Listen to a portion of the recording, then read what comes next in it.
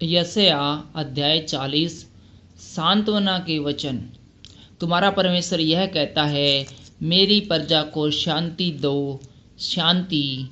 यरूशलेम से शांति की बातें कहो और उससे पुकार कर कहो कि तेरी कठिन सेवा पूरी हुई, तेरे अधर्म का दंड अंगीकार किया गया है। यहोवा के हाथ से तू अपने सब पापों का दूना दंड पा चुका है। किसी की पुकार सुनाई देती है, जंगल में यहोवा का मार्ग सुधारो, हमारे परमेश्वर के लिए अराबा में एक राजमार्ग चौरस करो। हर एक तराई भर दी जाएगी और हर एक पहाड़ और पहाड़ी गिरा दी जाएगी। जो टेढ़ा है वह सीधा और जो ऊंचा नीचा है वह चौरस किया जाए। तब यहोवा का तेज प्रकट होगा और सब प्राणी उसको संग देखेंगे, क्योंकि यहोवा ने आप ही ऐसा कहा है। बोलने वाले का वचन सुनाई दिया, प्रचार कर। मैंने कहा, मैं क्या प्रचार करूं? सब प्राणी घास है, उनकी शोभा मैदान के फूल के समान है। जब यहोवा की सांस उस पर चलती है तब घास सूख जाती है और फूल मुरझा जाता है। निसंदेह प्रजा घास है, घास तो सूख जाती और फूल मुरझा जाता है, परंतु हमारे परमेश्वर का वचन सदैव अटल रहेगा।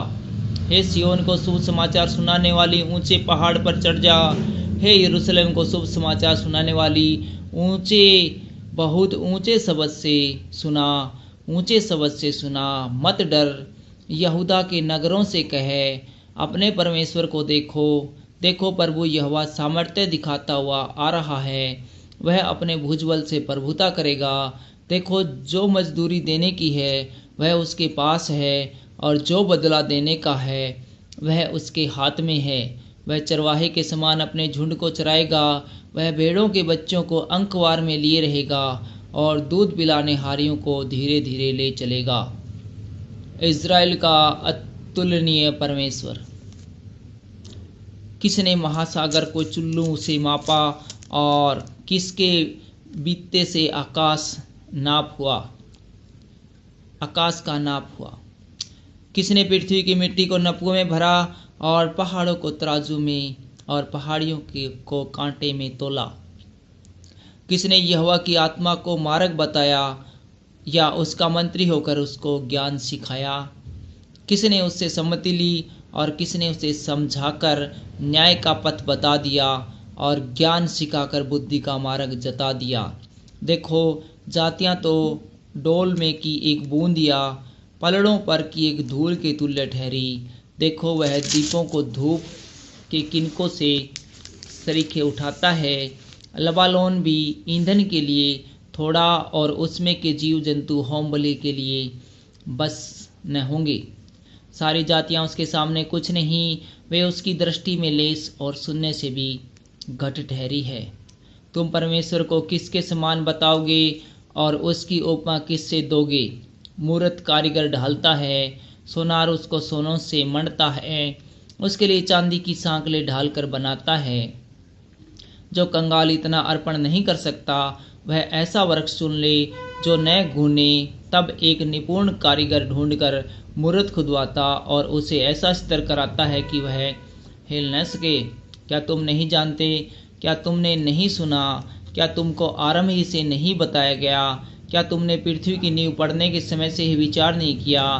यह वह है जो पृथ्वी के घेरे के ऊपर आकाश मंडल पर विराजमान है और पृथ्वी के रहने वाले टिड्डी के तुल्य है, जो आकाश को मलमल के समान फैलाता और ऐसा तान देता है जैसा रहने के लिए तंबू ताना जाता है, जो बड़े बड़े हाकिमों को तुच्छ कर देता और पृथ्वी के अधिकारियों को सुनने के समान कर देता है।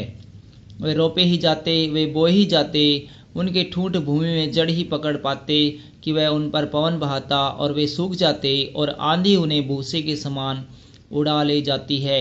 इसलिए तुम मुझे किसके समान बताओगे कि मैं उसके तुल्य ठहरूं? उस पवित्र का यही वचन है। अपनी आंखें ऊपर उठाकर देखो, किसने इसको सिरजा? वह इन गणों को गिन गिन कर निकालता, उन सब को नाम ले लेकर बुलाता है। वह ऐसा सामर्थी और अत्यंत बली है कि उनमें से कोई बिना आए नहीं रहता। हे याकूब, तू क्यों कहता है? हे इज़राइल, तू क्यों बोलता है? मेरा मार्ग यहोवा से छिपा हुआ है, मेरा परमेश्वर मेरे न्याय की कुछ चिंता नहीं करता। क्या तुम नहीं जानते, क्या तुमने नहीं सुना? यहोवा जो सनातन परमेश्वर और पृथ्वी भर का सृजनहार है, वह न थकता न श्रमित होता है। उसकी बुद्धि अगम है। वह थके हुए को बल देता है और शक्तिहीन को बहुत सामर्थ्य देता है। तरुण तो थकते और श्रमित हो जाते हैं और जवान ठोकर खाकर गिरते हैं, परंतु जो यहोवा की बाट जोते हैं वे नया बल प्राप्त करते जाएंगे। वे उकाब के समान उड़ेंगे। वे दौड़ेंगे और श्रमित न होंगे, चलेंगे और थकित न होंगे।